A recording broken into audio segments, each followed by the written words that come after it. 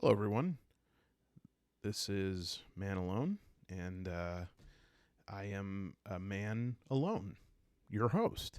And today is episode 2 of the maximum effort solo play campaign of Dragonbane Alone in Deepfall Breach.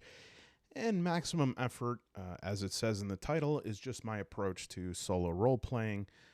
In that, if we're going to do solo role playing, we want to put all of ourselves into it, give all of the creative energy we can so that we get maximum payoff. And yes, if you are putting all of yourself into thinking about this video, you will know that this is the only maximum effort picture I could show that was not copyrighted by Marvel.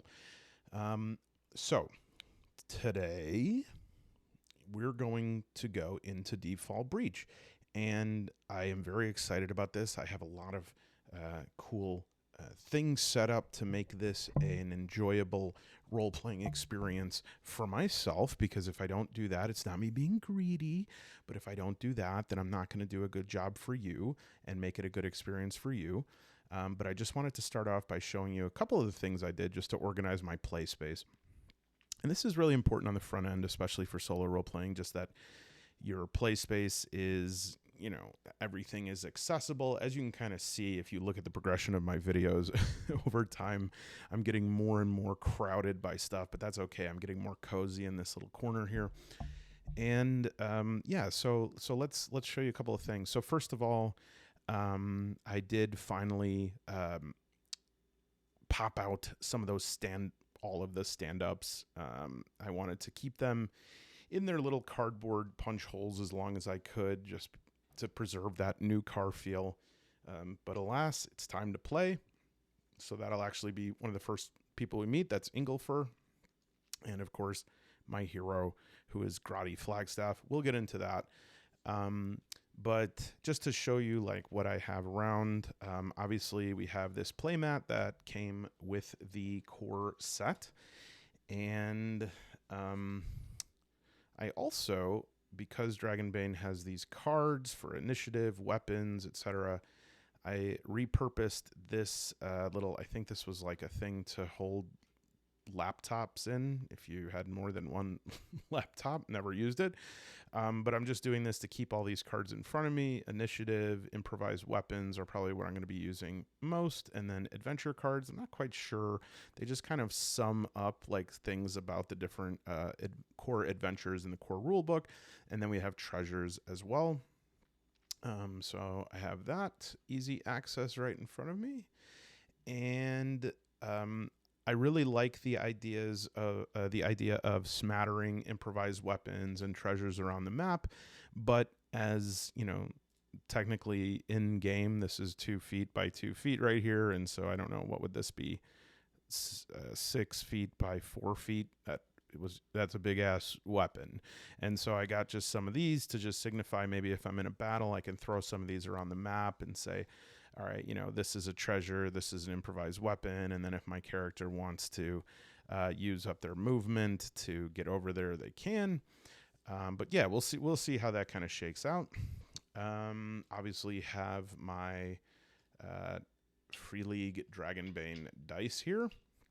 I found out that I actually had to add a few of my own, which was interesting because I was reading the instructions and I said, well, I sure wish we could play this game with a few less dice, but at least they include everything, and they indeed do add the 2d20s.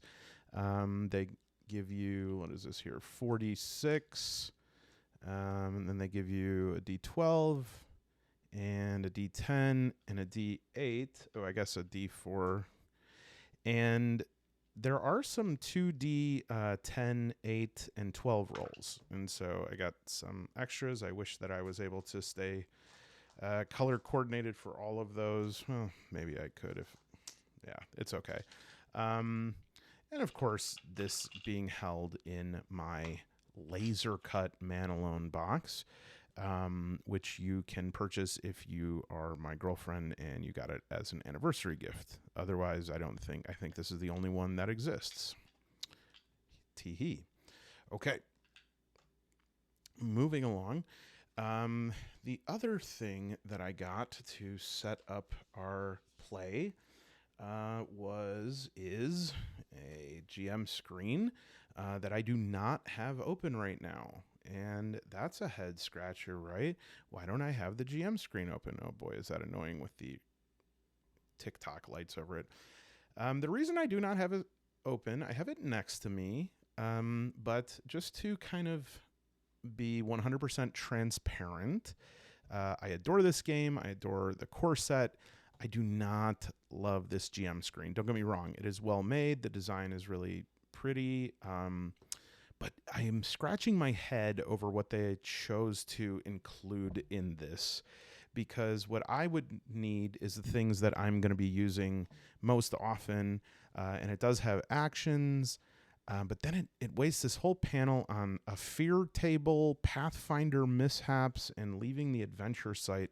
And it's like, I could have really used stuff about magic or combat. I could have used a little bit more just about the heroic abilities and all the skill checks and stuff. And so a little bit disappointed in that, but no worries, because I was resourceful as any good solo role player and or ninja is. And I found through the new Dragonbane Discord, actually that's the wrong one, but here's going to be a little bit of my play setup here. Through the new Dragonbane Discord, I was able to find a whole bunch of really great, helpful, flow charts and lists and stuff like that.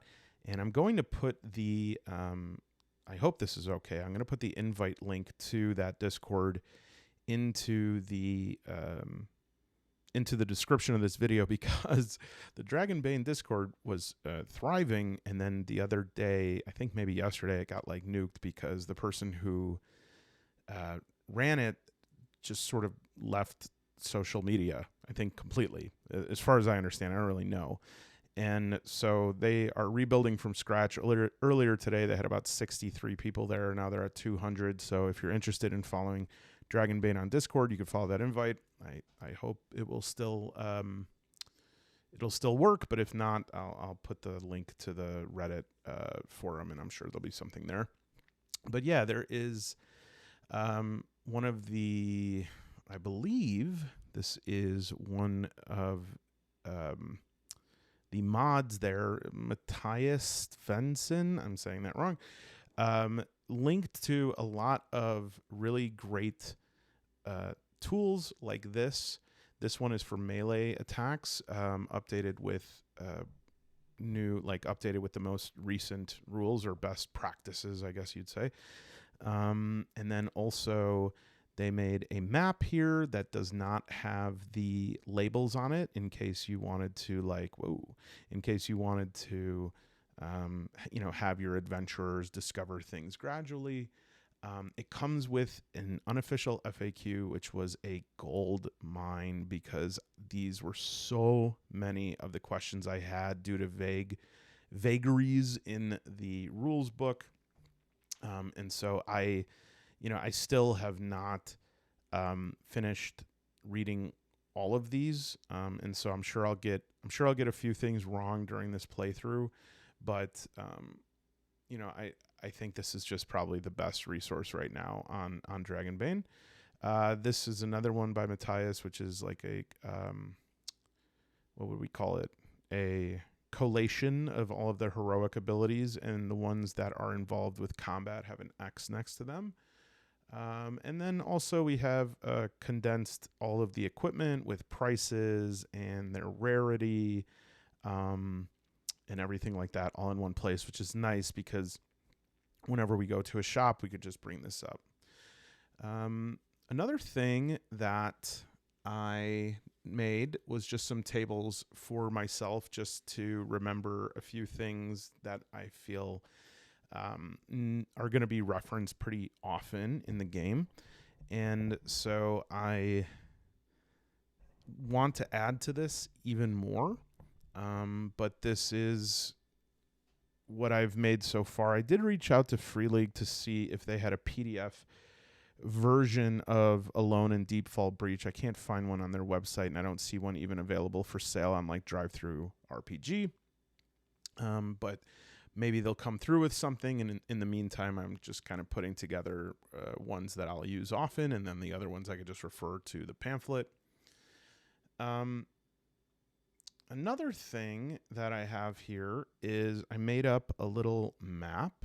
So this one just is like a map that I can move around the X for where we are. Obviously, we're in Deepfall Breach right here. Over here is the outskirts. And as of now, in the solo game that they have created, the 5 missions, these are really the only 2 places that we're probably going to be going.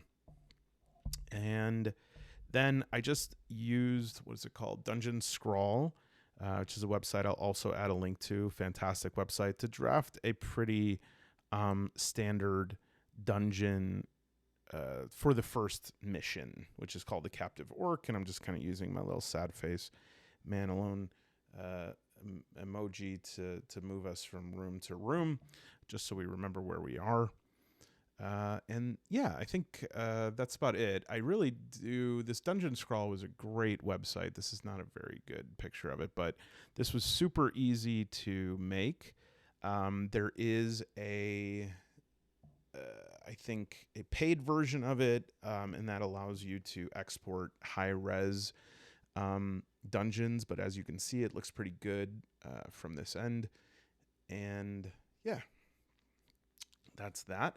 The other thing is that I got yesterday, I'd put out, if you saw a status recently that I put on YouTube, I think that's what it's called, a status, I don't know. I was looking for some quick sets online of just like basic terrain to use in dungeons and everything like that. And I actually went to my game store yesterday to look for some bits and bobs. They didn't have a whole lot in, unfortunately, but I did find for pretty cheap just this package of tabletop tokens.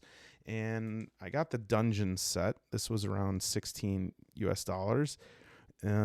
And this is just basically a whole lot of 2D, well, in reality, well, nothing is 2D in reality, but flat items that kind of have a 3D effect to them that you can lay on your grid just like that. Pretty cool. They have like different ones. This one here is if you have someone who perishes, there you go. Then they have, these like features for like dungeons and caves that look like little chasms and stuff. And I almost got the graveyard one too, but I wanted to just see how these show up on camera, how these look, how I like using them. They look pretty cool so far. Here's like a pillar. I just thought I can throw a few of these around to set up different rooms. If there was anything in the room that maybe I can give it a little bit of characterization to it. It is really important for me to say that, as a soloist, you don't need to have painted thousands of dollars worth of terrain to set something up like this. You can use something just like this. You can use tissue boxes. You can write it with an erasable marker. It doesn't matter. One of the things I like to use are my 3 rocks. And when you're a solo player, you don't have tons of friends. And so, a rock can be a really good friend. And something I like to do is just name the 3 rocks as fast as I can before I start playing so that I get my mind juices going. So let me give it a shot right here. Let's go Larry, Justine, Dustin Hoffman Jr. Great. So Larry, Justine, Dustin Hoffman Jr., they might make an appearance on the playing board. I also have some meeples just in case some of the enemies in the bestiary do not have these cardboard stand-ups yet. And so I just wanted something to represent them on the playing board, especially if there's like a big horde of something. They are actually crowdfunding, pre-saling, I guess would be the word for it, on the Free League website right now. They're releasing a bestiary and let me actually see if I could bring that up. Not only is it, well, you can buy just the bestiary, but they're also releasing like a whole new batch of the stand-ups. Oops. I guess I just wrote N-Bane. Hold on a second. Dragon. This is not a good use of your time. I apologize. But, okay, here we go. So they're going to have a collector's edition, a regular edition, and gosh, if I could just find this on the website. Okay, well, they're going to have a whole bunch of these cardboard stand-ups as well, and so I have already pre-ordered them. Oh, here we go. Here we go. I knew it would happen eventually if I just got to it. Let's see here. Yeah. So this is a pre-order. It looks like it's coming in January, and I think you get a PDF on purchase. Yeah, I think that is. But you'll get, it looks like you'll get another playing board, some of these standees, and the bestiary, which I think is going to include like 100 new NPCs or monsters. So yeah, that could be, that's very exciting. It comes out for that one, which has like the standees as well as the game itself. I think that's 747 kroner. But whatever it is, right now, given the exchange rate, that's about 60 or 61 US dollars. So I think worth it. And maybe you do too. Again, these are 16. I kind of like them. Just seeing them right now, they look. Oh, sorry, I got to show you the camera. These look pretty good. I think when I look back at the video, I'll see how they show up. I can see there's like a little bit of a glare problem here. That's okay. I think I might get the graveyard one. That might be helpful. There's also one I think for like an inn. So yeah, I like that because it's anything that is going to remove the barriers to entry of gameplay. You should entertain that. Okay. And then the last thing before we get into play, just to kind of, especially if you are a newer soloist, I wanted to show you something that I do to keep track of the main cycle of the game. Because a lot of games, some games will definitively spell out the main cycle of gameplay. They'll say you're going to do this, this, this, and this. Other games, it gets a little bit muddled, and I get easily confused. I'm not ashamed to say it in terms of I have these moments as spectacular of a solo improvisational role player as I am. I at times suddenly experience like mind warp where I will stop, I'll finish something, I'll finish a battle, I'll finish a really engaging conversation with an NPC, and then suddenly I'll go, okay, what the hell am I supposed to do next? And my mind will go blank. It kind of looks like that scene at the end of Super Metroid when the planet explodes. It's like a planet just explodes in my head and I have no idea what I'm doing. And I just kind of sit there and then I start crying, and then, people start writing comments of hang in there, and if you ever need anyone, call, and I don't want that. And so what I like to do is just make a basic, at the most basic level, a gameplay cycle thing that I can come back to. Now, some of you're going to be like, yeah, duh. But others of you who are a little bit intimidated by the idea of suddenly getting to a place in a solo game and then being like, wait, what the hell am I supposed to be doing? Where am I supposed to be going? This is what I do. And I'll go back to this just to ground myself. So, in terms of a dungeon, I'll usually enter the space, all right, which would usually be like a new room. Then I want to inhabit the space, all right? And so that is going to be putting some life into it. And if you have little things like these little props, that can help. If you're more of a theater of the mind person, then that's okay too. There are plenty of tables that are available in the Alone in Deepfall Breach guide that have ideas for things that can be in the room. Maybe there's some sort of like water feature, or we can just randomly generate that.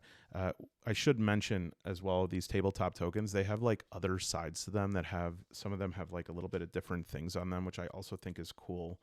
Let me just show you like these. Let me show you these dead bodies. So I showed you this. This is one of like a perished traveler, and if you reverse it, it's like a skeleton. Okay. So yeah, inhabit the space. What does it look like? What's happening? And then I do self-maintenance. Not necessarily on myself as man alone. I guess I could if I need a stretch or to get water. But what I mean by that is, after evaluating the room, I say, do I have the right things equipped? What am I lacking? Do I need to retreat for a while and take a rest? Is there any information that I'm missing? Do I need to use any consumable items, etc.? And then, after inhabiting that space, I will evaluate the threats, rewards, and interactions. So these are things I want to avoid, things I want to get if I can without triggering this, and then things that might give me more information or might be lucrative or might just be like something I'm curious about. And then after that, I'm going to make a plan. How am I going to navigate from where I am to where I want to go? If I enter through one place, I want to go through the exit or an exit. So I'm going to make a plan, and I'm going to think about what are things that can go wrong. And if there are things that have a high chance of going wrong, then that's when I probably would need to anticipate that a dice roll needs to happen. And that is what I consider part of interacting with the space. So if I'm crossing a rickety bridge, my interaction with that, some of that might come naturally with the narrative that springs from my mind. But then, sometimes I'll just follow the scent of what's happening in my head. If I'm walking on that bridge and it's really no problem in my head, I'll just walk on the bridge. But if all of a sudden it feels shaky, feels like that's maybe something a piece of the wood has fallen or something, then I'll do an agility attribute roll or a skill roll of acrobatics or whatever it might be to navigate that. And that's when we can activate those threats, get those rewards, or have those interactions. All right. And then after interacting with the space, I want to resolve the space. And so whatever that means, if there's treasure, I want to determine what to take and what to leave. If there's NPCs, I want to close up the conversations with them. And if there's threats, I want to either find the outcome of them, or in the case of traps or enemies, I want to defeat them or overcome them or figure out what they did to me. And then after that, we once again do some self-maintenance. Do I need to bandage myself? Do I need to live to fight another day? Do I have the wrong stuff equipped? Am I too encumbered, etc.? And then I'm going to leave that space. And then we start over to enter space. And so truly do not be ashamed if you need something like this. I wanted to show this just so that people, I think sometimes when I started doing solo play, I looked at videos and I said, man, how are they doing this? How do they keep all of this stuff in their mind? Well, I want to be honest with you. I don't always, right? While I'm playing, I'm going to be using different tools that I have digitally. I even printed out some of those tools I showed, like here's the melee attack algorithm. Here's the heroic ability sheet. I'm going to reference this. I might have to stop and check out the rule book. And contrary to what I did with just looking up that Dragonbane website, as I'm doing the playthrough, I'm going to try my best to keep a live feed going. I've done that in my previous videos. However, I do want to say that if there is something where I need to do like a sort of reading of the instructions, and it's going to be 3 minutes, I'm not going to punish you by making you sit through 3 minutes of me reading. And so I might do like a brief pause and come back then, but we'll try to avoid that. I'm going to just try to play and count on the fact that I'm going to make some mistakes or I'm going to forget to do certain things. There may be things in this game that I am going to choose not to do, or at least at first, right? For instance, I could tell you I don't have a good handle on magic yet, so I'm going to steer clear of that until I figure that out. There's this whole weapon durability thing that is is the just from reading the Discord and the Reddit, this is like a subject of constant debate of, does your weapon break if you use it to parry? Does it break if you use it to attack, and that your attack roll does not exceed the armor class? Do I have to carry extra weapons? I think I'm just going to avoid that for now. That's an optional rule anyways, as all rules are, because, we're the boss, right? I can literally right now just draw a circle around this and say, I have won the Dragonbane and I beat the game. There we go. I did. That's what I just did. I just beat Dragonbane. Okay, so now I finished that campaign. We're going to start a new one. And this is just a sheet I printed out. But again, we have a digital stat sheet here for our friend Groddy. All right. And can't really see it that well. Move this. But Groddy has, for appearance, I love this because very little of this is actually appearance. They said one of the things was an ugly scar across the face. I put across the bill. And Groddy has a foul body odor, but is heavily perfumed. And I really like that because that gives me a lot of information about what kind of person Groddy is. Maybe that's a dignified person, right? You stink, but you're constantly perfuming yourself. I don't know. And then just in terms of the weakness, once again, Groddy Flagstaff is an artisan and a mallard, all right?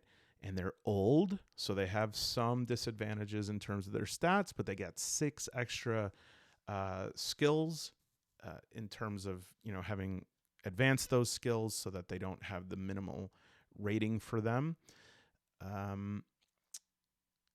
And for the weakness, I rolled gullible. And let me just tell you this. Here's like a little bit of honesty.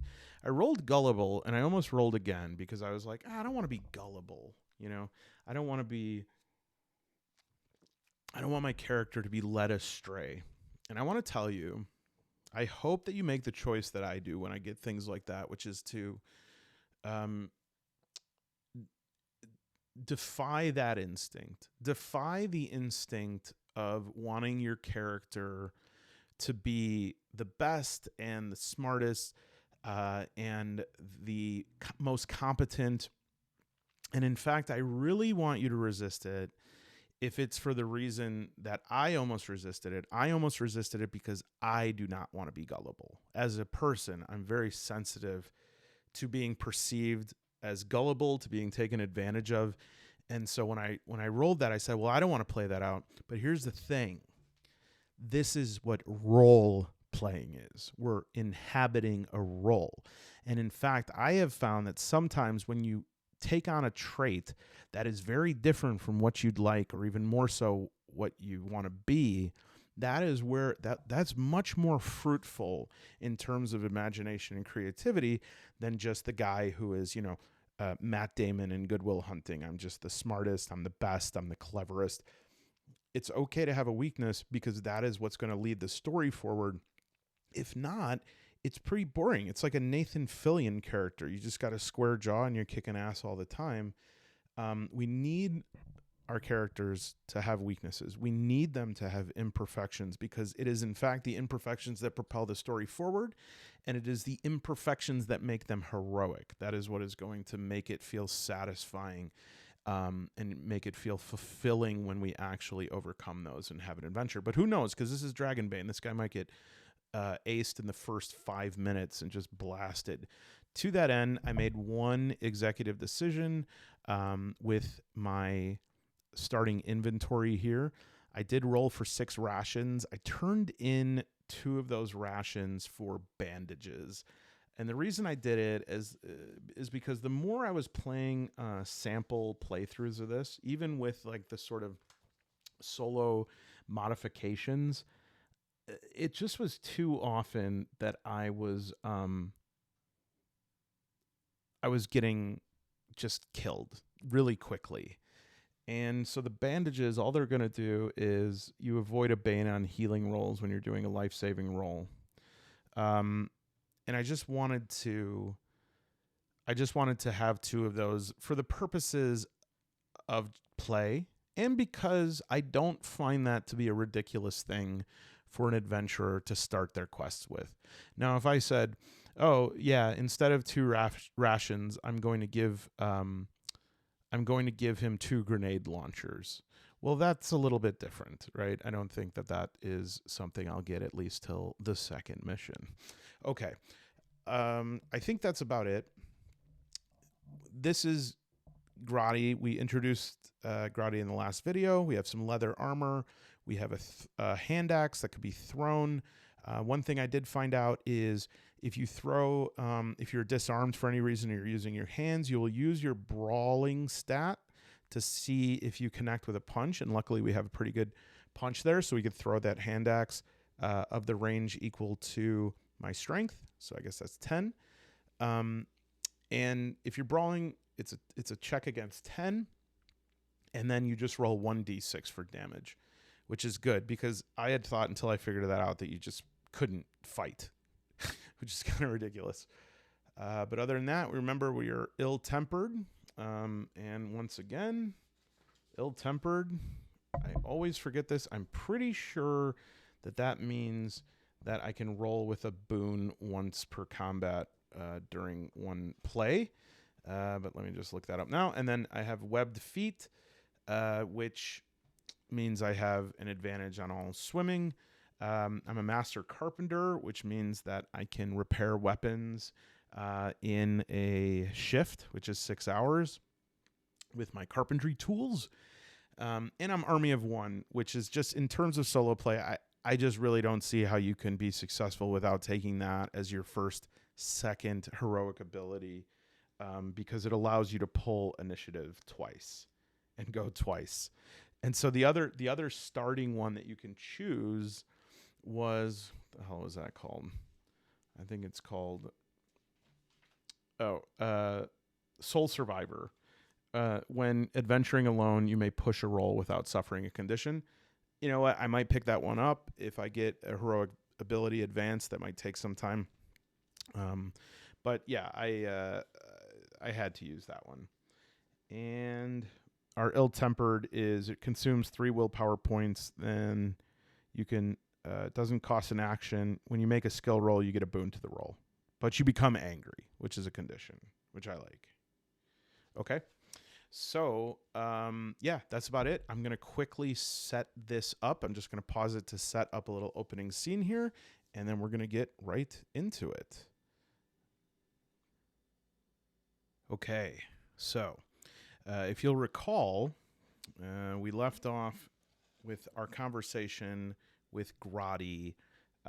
Came in from the rain. We're caught in a torrential rain, and we enter a nameless chapel at the edge of Deepfall Breach. And again, Deepfall Breach is... that's not the best. There we go. Deepfall Breach is the bottom, the mountains that are in the south.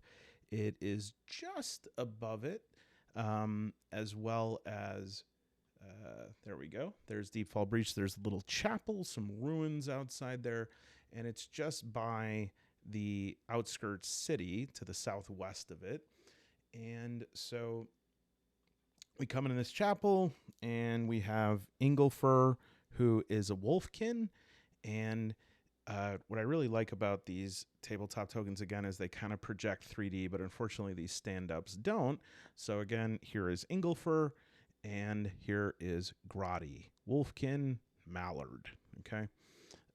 So Groddy enters, and Inglefur gave him the little introduction. You know, there's good to be done down there if you've got the metal for it.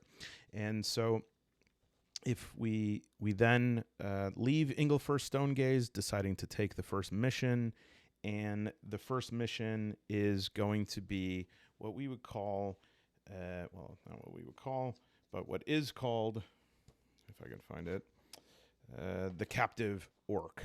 All right, so the captive orc is the first mission, and this is the overview of it.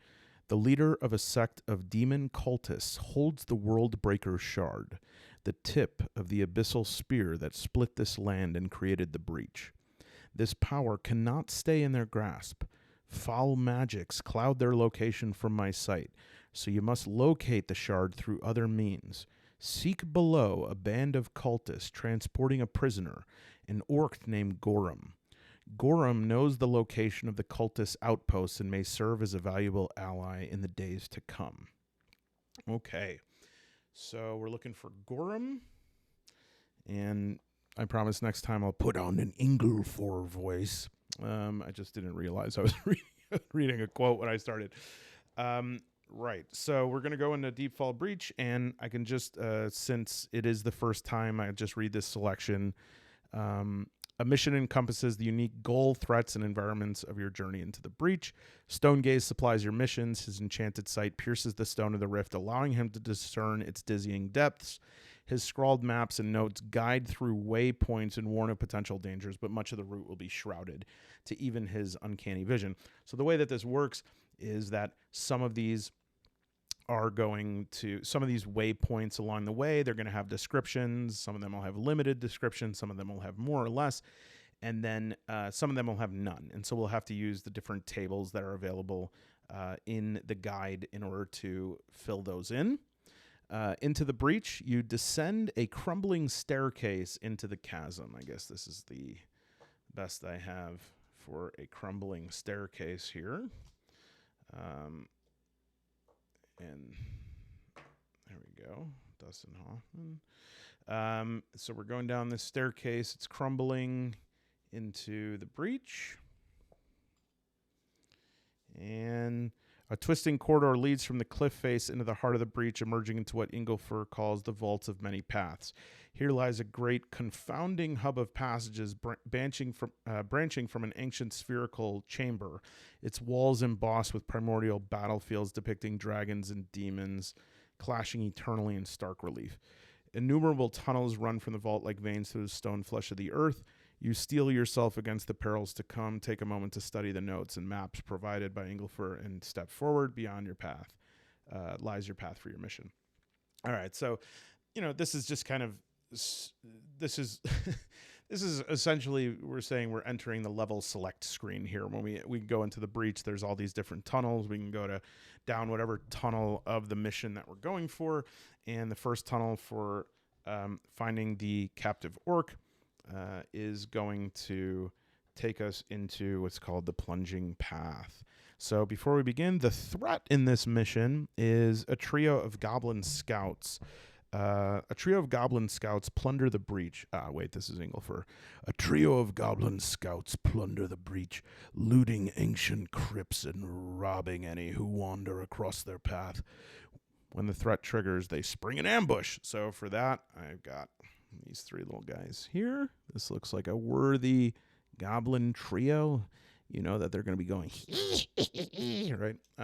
And how we manage that, I don't know if I'm going to keep up with this. I hope. But right here we have the threat counter. And the threat counter is every time that we take longer to do anything, like if we're going to take time to investigate something, or we're going to take time to try and open a door or pick a lock or something like that, what we're going to do then is we will increase that threat meter, right? And so when it gets to 6, the 3 goblins, no matter what we're doing, they're going to come out and ambush us. And if I could just figure out where this might be it. Okay, so yeah, so I would just update that. I really wonder if I'm going to feel like doing that, but let's see if I can keep up with that. I think for now, I'm just going to represent it for myself with an advancing die and a good old-fashioned bicycle die. Just to remember that, we'll put it next to them, and I'll do my best to remember that this time. No promises. Let's make sure here that I can... Yeah, I don't even know if I'm going to be able to update that while I'm playing. So that was very clever. We'll have to figure out a different way to do it. That's okay. Good idea. Good idea, man alone. You got to congratulate yourself even when it's not a very good idea, just to keep the spirits up. Okay. A sloping corridor carries you into the oppressive depths of the breach. Tread softly, lest ye wake the creatures of fang and wing nesting within the cracks and hollows of this ancient passage. Okay, so moment of truth. I did read that just to kind of like prepare myself for what these would look like, these little waypoint indicators. And when we talk about creatures of fang and wing, we are probably not talking about harpies. And this is important. I don't think I needed, like, this is not a PSA about harpies or anything like that. I hope to encounter harpies as we play. But as I was looking through the stand-ups available to us, and I looked at fang and wing stand-ups, I was like, boy, I hope I don't encounter that as my first thing, because I have a hand axe and nothing else. And then the harpy as well, probably not going to encounter a swarm of harpies, even though it seems, like the right path. I thought, well, fang and wing, and it's the first room. I'm thinking this is probably a bat, right? Or some bats. But there are no bat standees. I got to figure out what I'm going to just call those standing cardboard stand-ups. And so for that reason, that's why we'll use meeples, just to represent anything that doesn't have a stand-up that's allotted for that. And for most of these, I think, especially as we go through this the first time, there is a generic sort of NPC boss difficulty level in this guide that I think we'll be using pretty often. So for a minion, we're just going to use the attribute of 10, movement of 10, and HP of 12.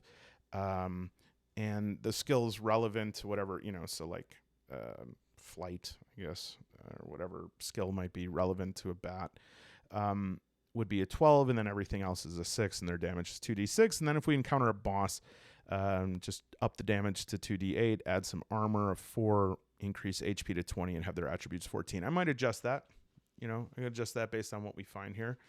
And I do promise that was the only one that I did read, but I'm glad I did, because it made me consider a lot of,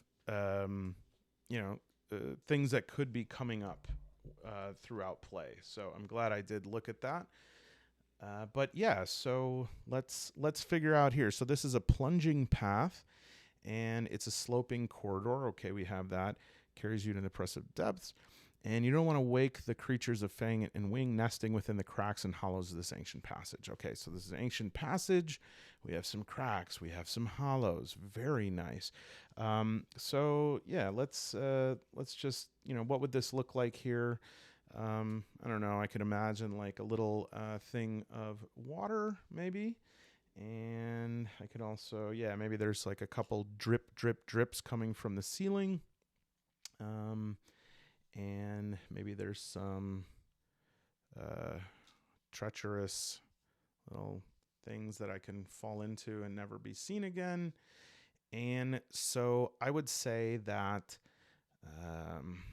we probably want to avoid being detected. And so the first thing that I think I would like to do is a skill check to determine if I can even see what we're dealing with here. So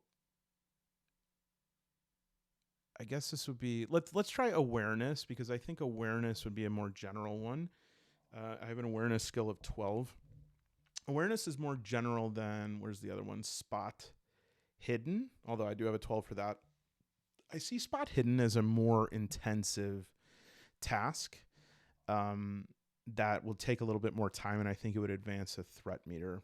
So we'll do awareness and see how we do on that. And because I just entered, and because maybe my eyesight is still adjusting, I think I am going to roll that with a Bane. But let's see if I can get under 12. All right, 6 and 1. So definitely got under 12, but it's a Bane, so we didn't get the crit. So I do have awareness. I'm able to see that there are some like bats up in the top of the cave area. I don't want to wake them. I want to sneak by. Luckily, I have leather armor on, so I'm not clinking around. And I think we're going to do a sneaking check to see if I could just make it past this pond. In fact, I wonder if I could, because with webbed feet, I always have an advantage on swimming.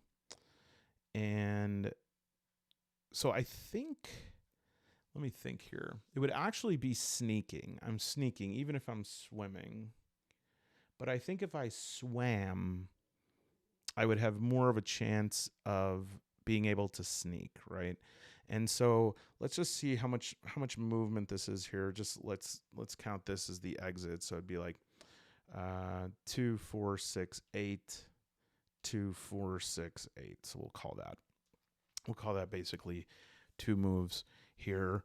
And so what I think I'll do is I'll try to swim the first one, and because I have webbed feet, of course, I will be able to, I believe I roll with a boon on any swimming. Let's take a look.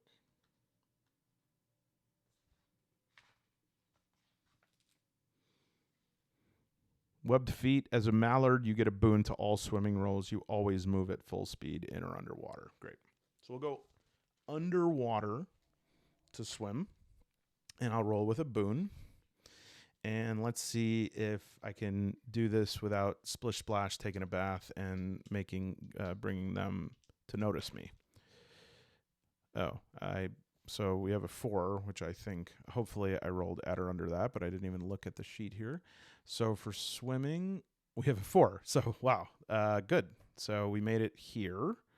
Okay, great. And then for the exit, we want to sneak the rest of the way. And our sneaking is also a 4. Ugh. And we do not have a boon on this.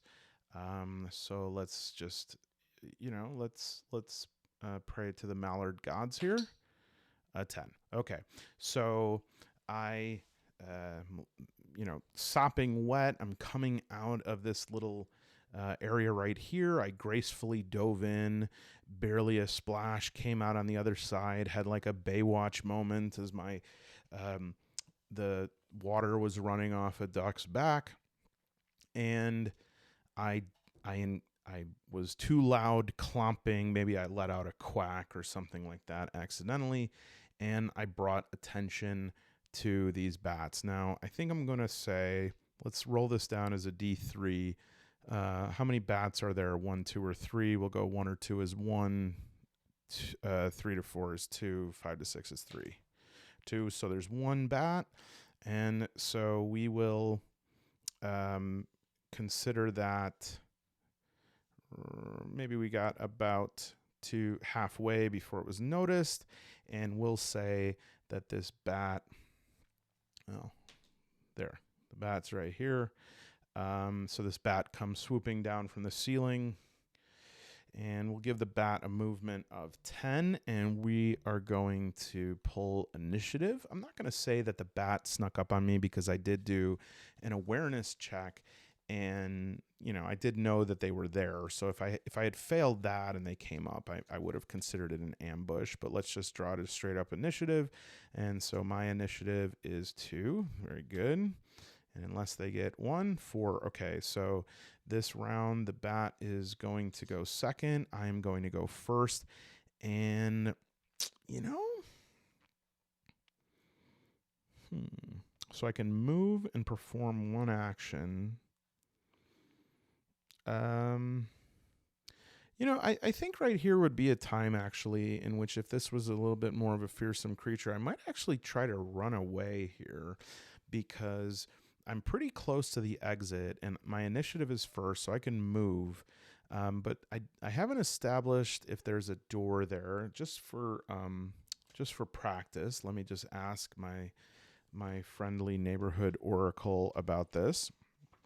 And let's see here. Do I have this in my... Okay, so actually I do have the fortune chart listed here on the top.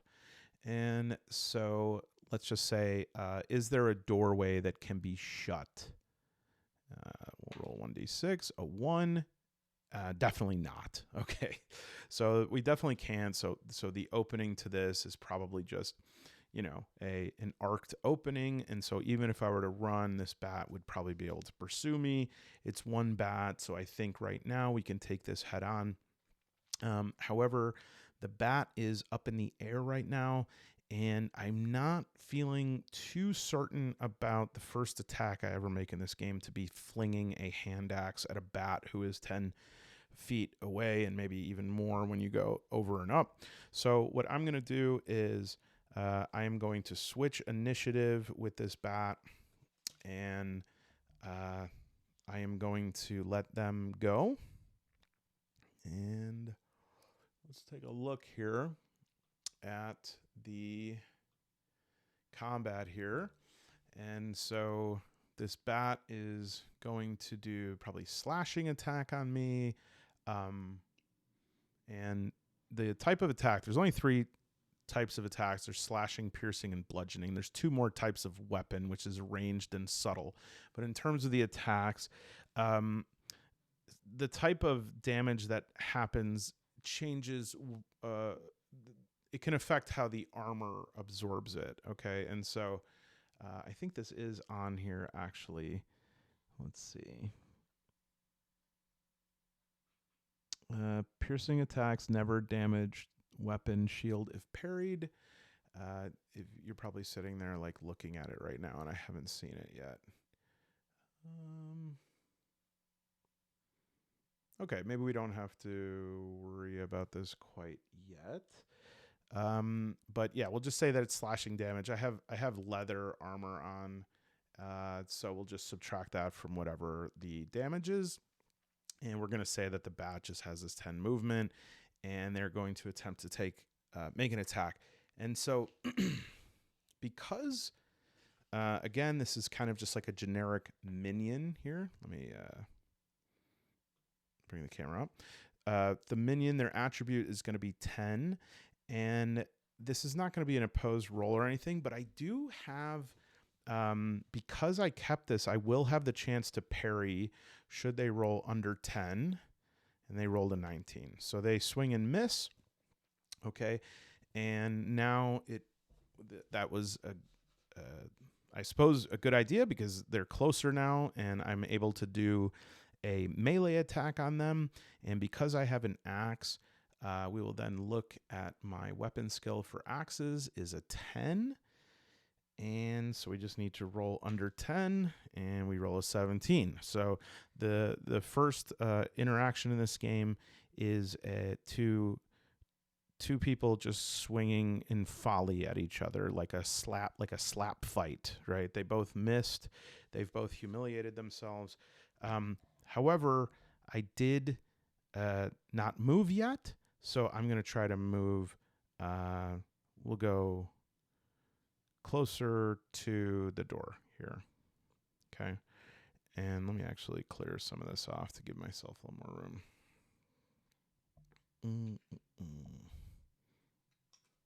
Okay. Sorry, Engleford. So we'll say that the exit's over here. I'll move over here. Great.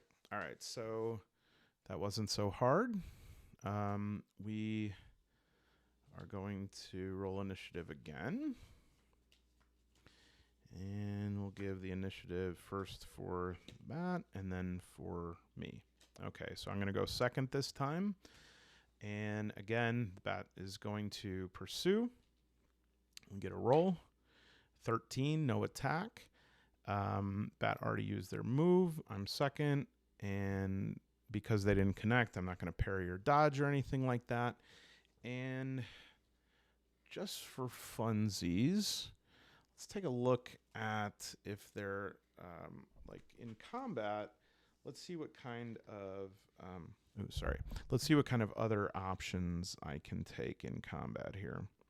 So I can dash, which is similar to other games. I can do double movement. I could do a melee attack within 2 meters, ranged attack, parry, dodge, pick up item, equip, unequip, armor or helmet, first aid, rally, break down door, pick lock, use item. Activate an ability. We don't have any that we're going to activate right now. Well, maybe we could use ill-tempered on an attack, which means I can push, and I might actually push next time. But I think the right thing to do is just kind of like play this out here. And I guess I should explain this if you're not familiar with this new mechanic added to Dragonbane. Pushing your roll, if you fail a skill or attribute roll, you can push the roll, which means you can attempt it again, and you just, whatever the outcome is, you take it. But to what it applies to, you then have to add a condition. So, for instance, you could be like, you can roll again and succeed, but then you're exhausted or angry or whatever that might be. Okay, so I think I'm going to attempt a roll again with axes. And we have a 7, so we will connect this time. And the axe is going to do 2d6 damage. Great, 7. Oop, 7. I have no damage bonus, and the bat has no armor. And so the bat is going to go down to 7. And I'm just going to take a minute to write that in so I can keep track of it. Great. So the other option that I have here is I can also, let's see, actually I'm going to make it a little bit more interesting than that. I'm going to just throw these out here. All right, so we'll put maybe an improvised weapon here. And for my movement, I'm kind of cornered right here, and so I'll try to get away from the bat now, and I'm going to move this way. Obviously, this bat is going to keep pursuing, but at a certain point, I think if I connect again and do not kill the bat, I think that I would probably try to see if the bat is just going to like retreat. Because it's one bat. I just hit it with an axe. Bats are pretty tough, but you know, usually when you hit a bat with an axe, they like learn their lesson. But not this time. We'll try one more time. The bat's gonna pursue. Roll, and rolled a bane. A demon, which is the worst roll that the bat can do. And so the bat misses completely, and I would say that maybe they get stuck in the wall here as they're trying to hit for my head. They get stuck in a crevice, which means, unfortunately, I think I'm going to take advantage of that situation, and I'm going to roll with a boon here because it's sort of easy pickings. And so once again, axe damage under 10, a 2, and a 9, and we definitely connected. We're going to roll 2d6. Oh, I rolled a 4. Which means that the bat has, we did not take off enough that time on the bat, so we'll just, bat's down to 3. And I'm going to say, though, that the bat is going to have to use up one of its actions to pull itself out of there. So let's see what the initiative comes up as here. I gave it to the bat first last time, so I give it me. 7, bat 10. Okay, so I'm going first. The bat is still stuck in there. I'm going to roll with a boon again because it's my game, my rules. And we have a 20, but also a 2. We'll take that instead. And bat has 3 out of 12 HP. Can we roll anything but snake eyes here? Barely. So we roll a 3. That's good. That's just good enough. And so the bat is defeated. Great job, all. Thanks for coming. And so the bat's little pathetic, evil little carcass falls to the ground. I step on it a couple times because this is not a bat from our world. We wouldn't ever want to do that to a bat from our world because bats are actually lovely, furry, loving creatures. But this bat is from the Misty Vale, and those bats are like, they're actually evil. they're known for preying on the elderly. Okay, so because I did not use the improvised weapon here, I am going to just say, so that I can use one of these cards, I'm going to go over here and I'm going to look here to see if we have a treasure. And I would say that we do, as like a little reward for the battle. And so just going to give this big treasure deck just a little bit of a shuffle here. The one thing about this treasure deck is sometimes I think there's some things in it that are pretty OP, and I don't want to do like a preposterous pull too early in the game, like pulling, the power sword out right away. So I might veto it. Oh, but this is very interesting. I got an instrument. Okay. I like that. And we can kind of roll that into things. So it says roll 1d6. I'm actually going to remove that so I don't get that again. But we're going to roll 1d6 to see what kind of instrument it is. Let's get it focused there. Please be bagpipes. Please be bagpipes. 4. A lyre, whatever. So let's take a look at that really quick and see if I actually want to free up if I want to take up my entire, what would we call it? My inventory just to hold a lyre.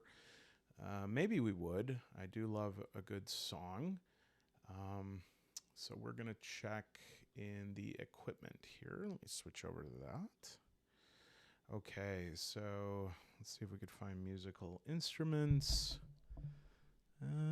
Musical instruments. A lyre reduces the willpower cost of a music ability to 1. It can be sold for 20 gold, and it has a weight of 1. I would definitely be selling that because I don't have the music ability. And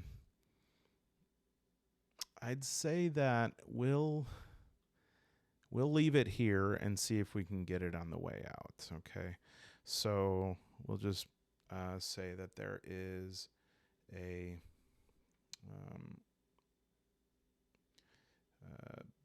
bat defeated.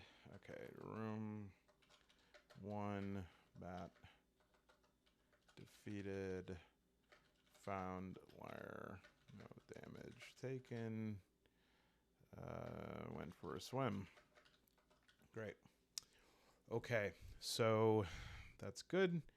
We will get back to it now. I would say that we are going to enter into room 2. There we go. And let's see if there are any prompts for room 2 here. Waypoint from Inglefur. If not, we can generate some stuff. Let's pull this out of here.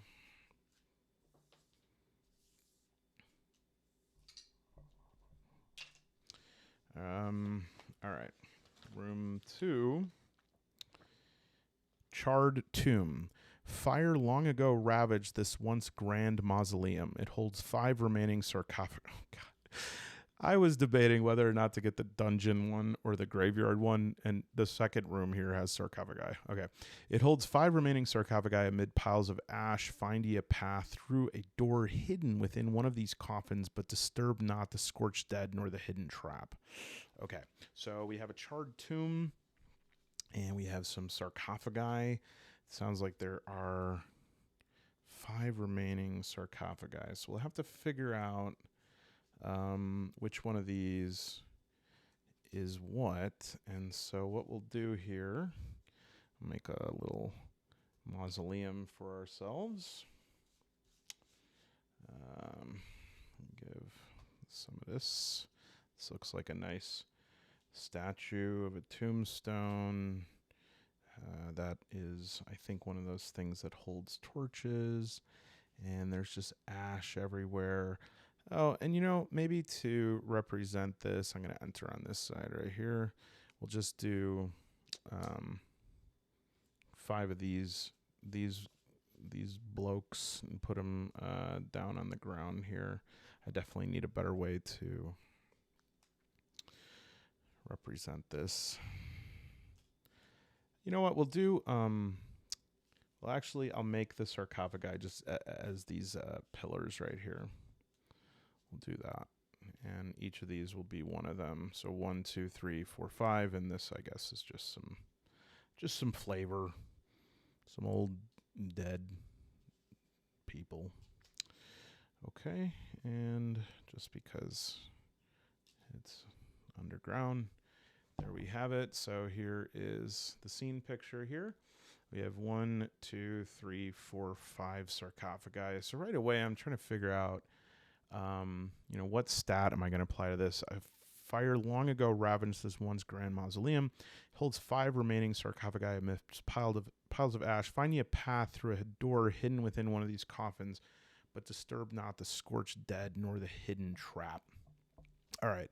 So the way that, again, this is solo play, so I'm not going to be able to surprise myself with a trap by like hitting myself over the head until I forget where I put it. And so we'll have to do quite a few different checks on this one.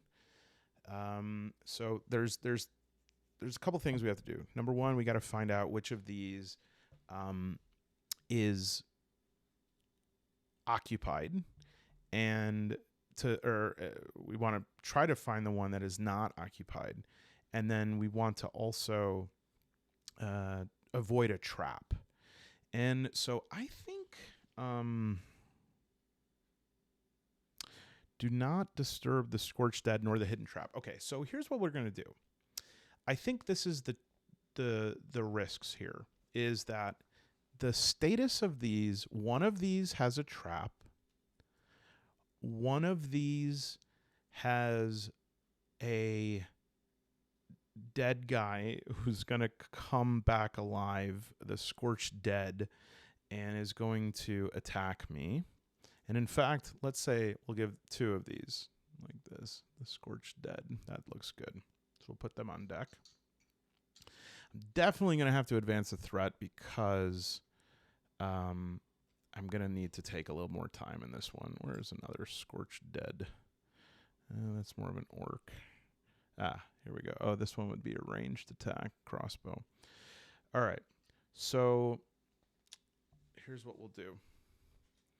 One of these is going to be a door. All right.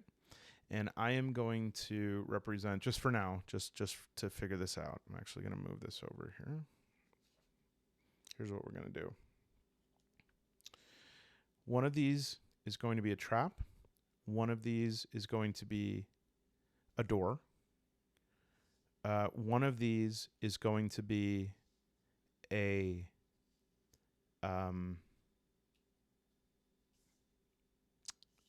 zombie. 2 of them are going to be zombies. All right. So this right here is going to be, I'm also going to make a 5th one that's a treasure. Okay. So we have a treasure. We have a scorched dead. We have a scorched dead. We have a trap. And then we have a, let me actually make this because this will make me think of like a, oh no, here. This will make me, no, that's good. This will make me think of an X. And so what we'll do is I'm just going to use this card right here. This is not in the rule book, but this is just how we're going to play it.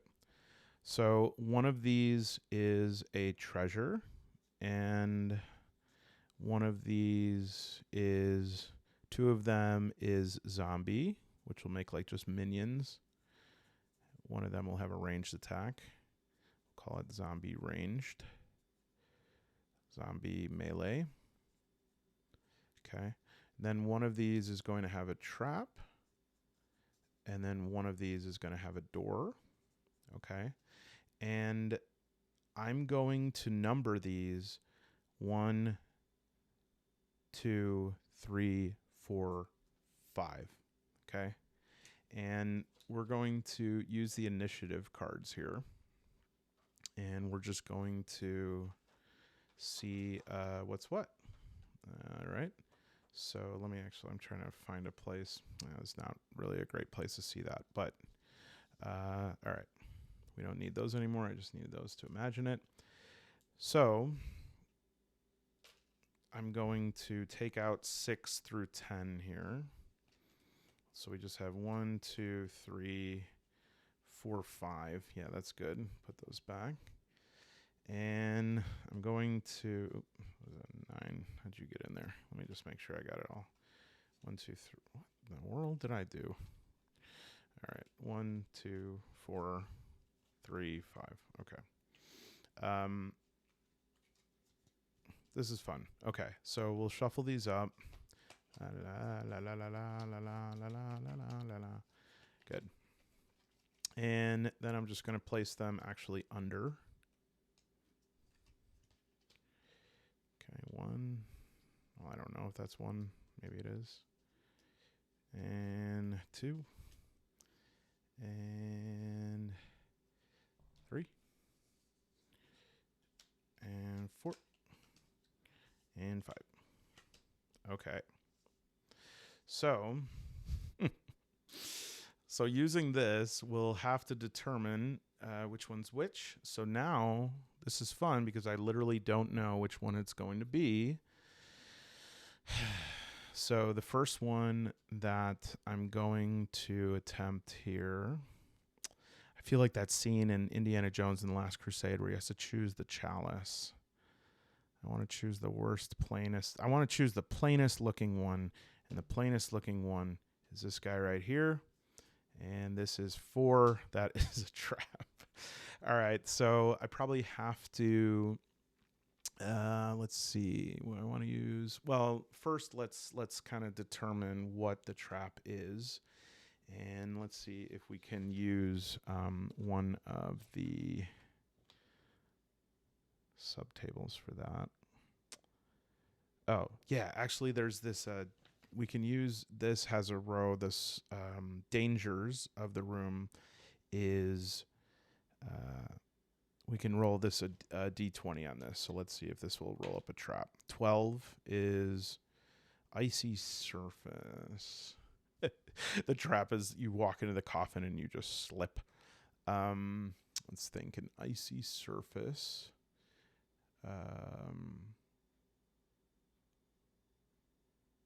Oh, I know an icy surface, a mirror.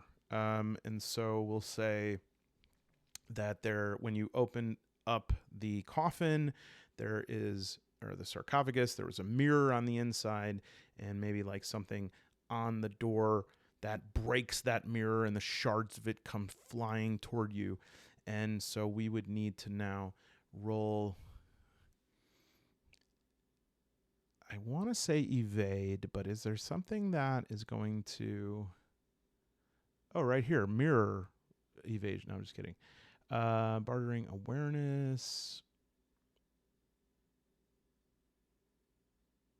Yeah, I think, is there, yeah. Acrobatics or evade. It's acrobatics. Come on. I have to be honest with myself here. So will my guy be able to evade? 9, no. And so we'll have to suffer some damage here.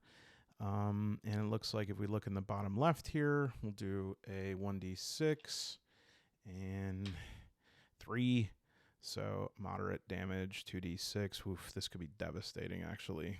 I will allow my armor to protect, so that'll subtract 1 from it. Oh, good. 4, so 3.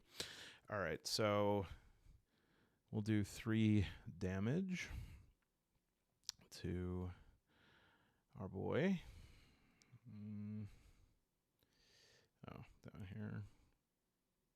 So we'll give hit points. We'll go 6.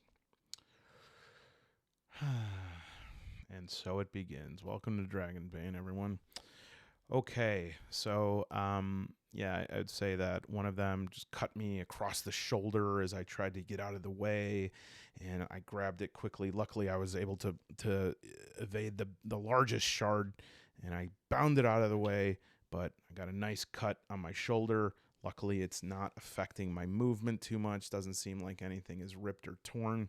So we're going to proceed, and we got to be a little bit more careful this time.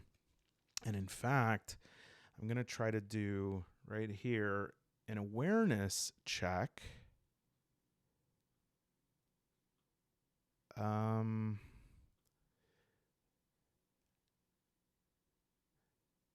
You know what? I'm going to do a spot hidden check, and I think that's going to advance the dice by 1.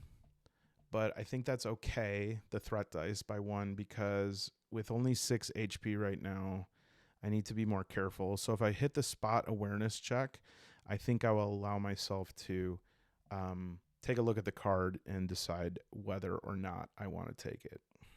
Here we go. A 3. Very good. So this one is a 3, which was a ranged zombie. I definitely will not be opening that one. So I was able to look through the crack, and I saw like some fingers moving or something, and I shut that right away. We'll have to face a ranged enemy sooner or later. I don't think I want to advance the clock again, but my odds are a little bit better because right now we know that the ranged zombie's gone. We know this. Groddy does not know this. So that's gone. The trap's gone. And so 2 out of 3, I'm actually going to choose this one right here. And 1. Great. We got a treasure here. So let's see what we got.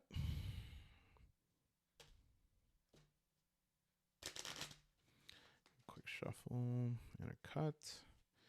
And we got, whoa, interesting. Poison dagger. Roll for evade. If you fail, you cut yourself and suffer a potency 12 poison. Roll D3 for the type.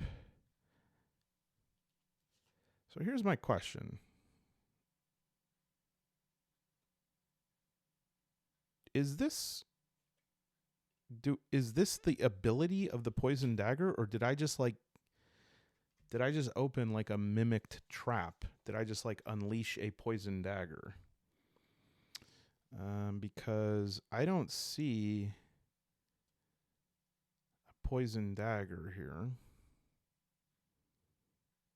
as one of the...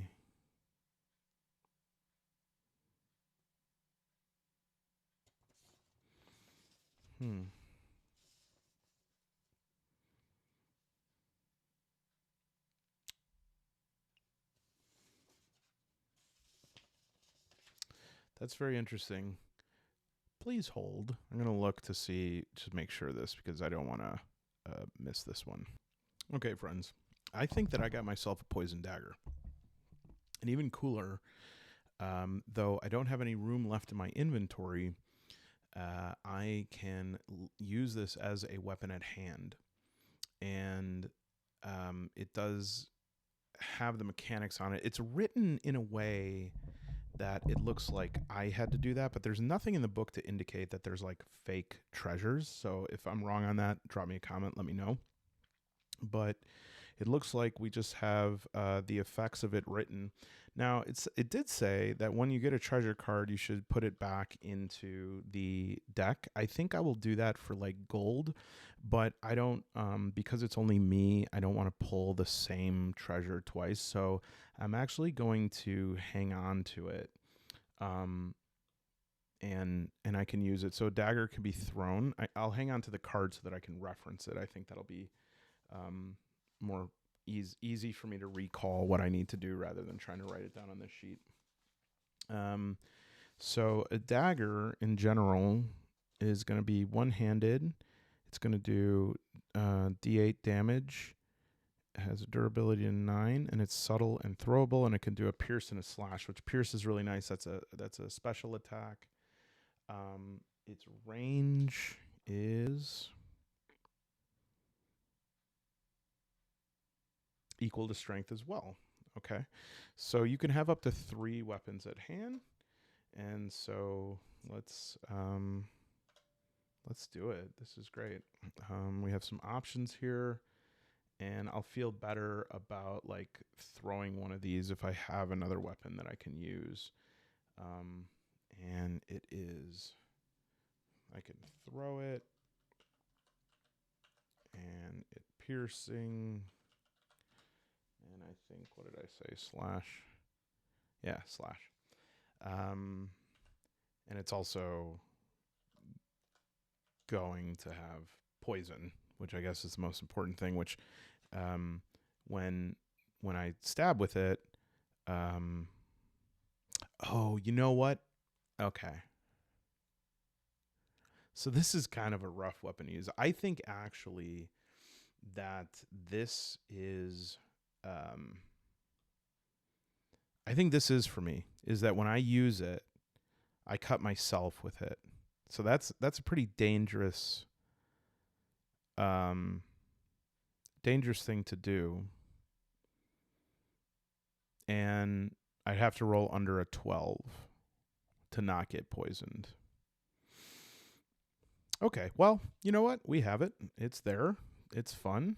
It's fresh. And yeah, maybe we'll use a poison dagger sometime. Okay, let's finish this out. And then we're going to do one more room because I can see that the next one I'm going to have to build it. And I just want to see what that process is like. But yeah, so we have basically these two last things to check here. And we have left a melee zombie or a door. And I have to say, if I pull the melee zombie, we'll see how long that takes because we're already at 1 hour and 20. That might be the last thing that we do. But if it's a door, we can build the whole room. So I wanted to pick this one first. This is the door. This is the door. Come on, number 5. Melee zombie. Okay.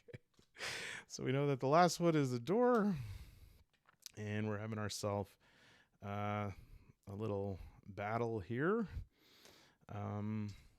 Let's get out, bring out your melee zombies. And I do believe that I will.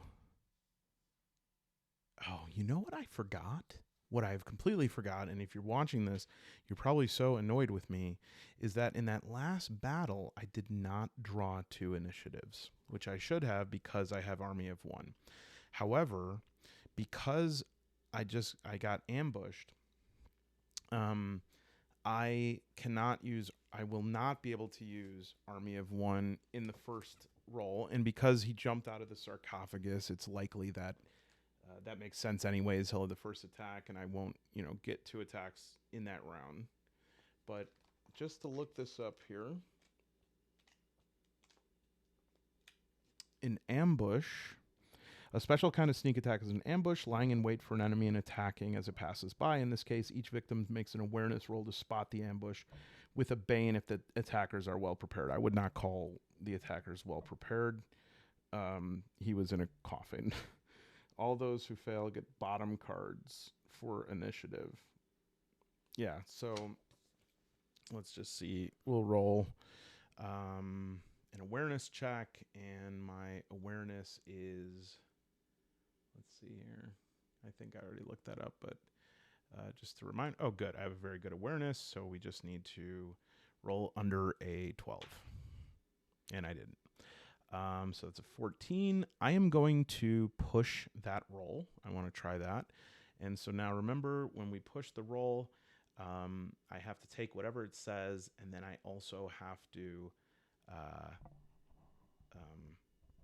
get a condition, which means I'll be rolling with a bane on any stat check that uses this. And this one would probably be dazed right here because it's an agility check. So we will check that off, and I'll have to rest to get rid of that condition. But let's give it a shot. We're going to push that and trying to get under 12. 5. Good. So no ambush. So we will draw initiative here. So I don't have to draw from the bottom of the deck, but I will not give myself Army of 1 on this one just because I was ambushed, just to keep things fair. And we'll say that the zombie is 6 and that I am 9, and we will not make any comments about that. And we will, obviously the zombie is a zombie. They're going to hit. Let's do, let's see, they're decrepit. I think I'm going to make their damage a little bit more, but I'm going to make their HP a little bit lower just to represent that they're a dusty bag of bones here with a sword. So I think what we're going to do with this zombie boy is we will give, let's see here, we'll give 8 movement, attributes 10, HP 8, and damage 2d6 is fair. Yeah, do damage 2d6. And we'll make, again, the attributes. We'll give that, yeah, we'll make that 8. All right, so zombie's going to swing on me. 4, they do connect. So we get 2d6 damage. I am going to parry this.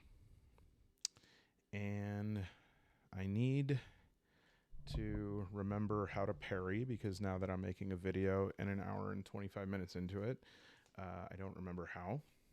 But actually, if we go to this here, where is that? Nope. There we go. We can see how to parry. Okay, most monster attacks cannot be parried. This is not a monster, it's an NPC. Needs a drawn weapon or shield. I have that. Roll versus weapon skill, or roll versus any strength weapon for shields.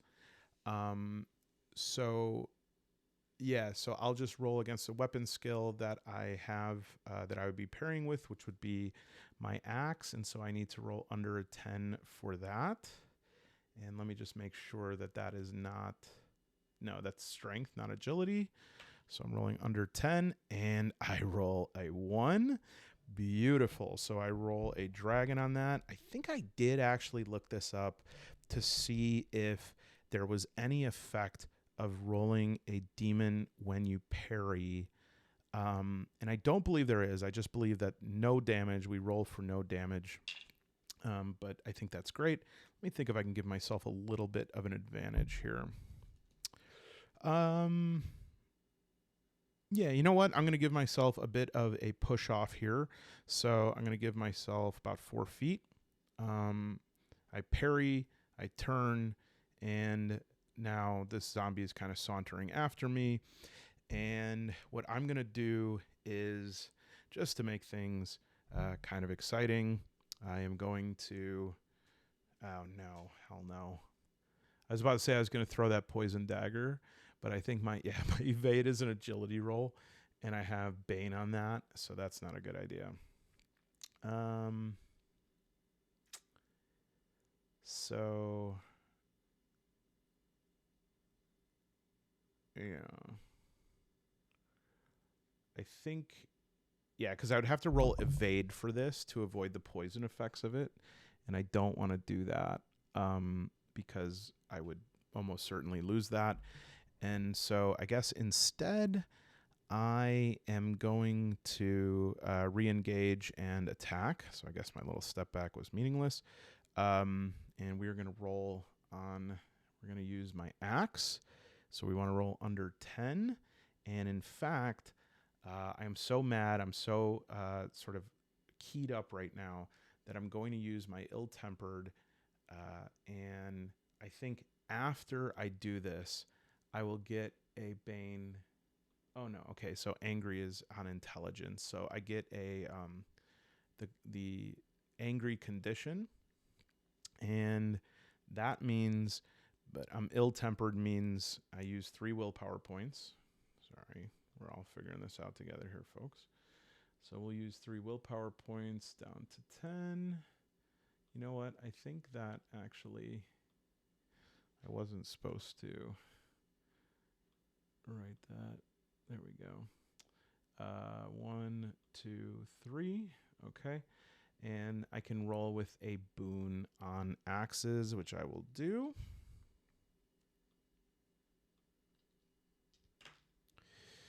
And we got, by the hair of my chinny chin chin, we got a 9, HP 8. So for axes, we're rolling a 2d6. Yeah, yeah, I'm going to read more on things like toppling, slashing, and stuff like that, but we're just going to do a slashing attack this time. And the zombie doesn't have any armor on or anything, so we'll do 2d6, and we got an 8, and took bro out. Very good. So, dead, dead, dead, but not without cost. We've got ourselves angry and dazed. That's the sequel to Dazed and Confused, Dazed and Angry. It's when they're aging boomers. No, I'm just kidding. So we were dazed and angry. We'll have to roll on Banes of that until we rest. But I think that was a good fight. We know that the other one now is a door. So we will enter this one and just we'll set up this third room here. And then we'll come back to that on the next episode. But I have to tell you, I am enjoying myself very much. And so I'm feeling very good about this so far. I'm getting into the flow of things. Missed a couple of things. That's okay. If I can just find my damn Alone in Deepfall Breach pamphlet, though, then I will be able to. All right. So the next one is unknown. All right. So we'll roll some d20s here. And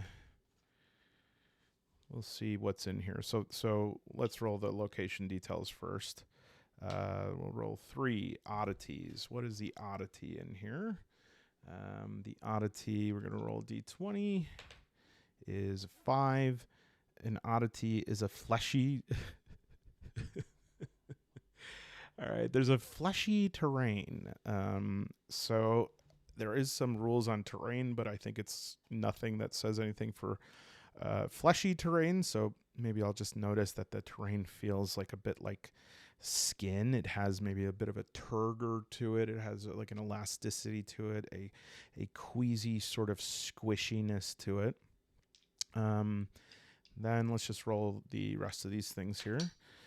17 on contents. It has a sealed antechamber, so we may have to do a little bit of damage to get into it.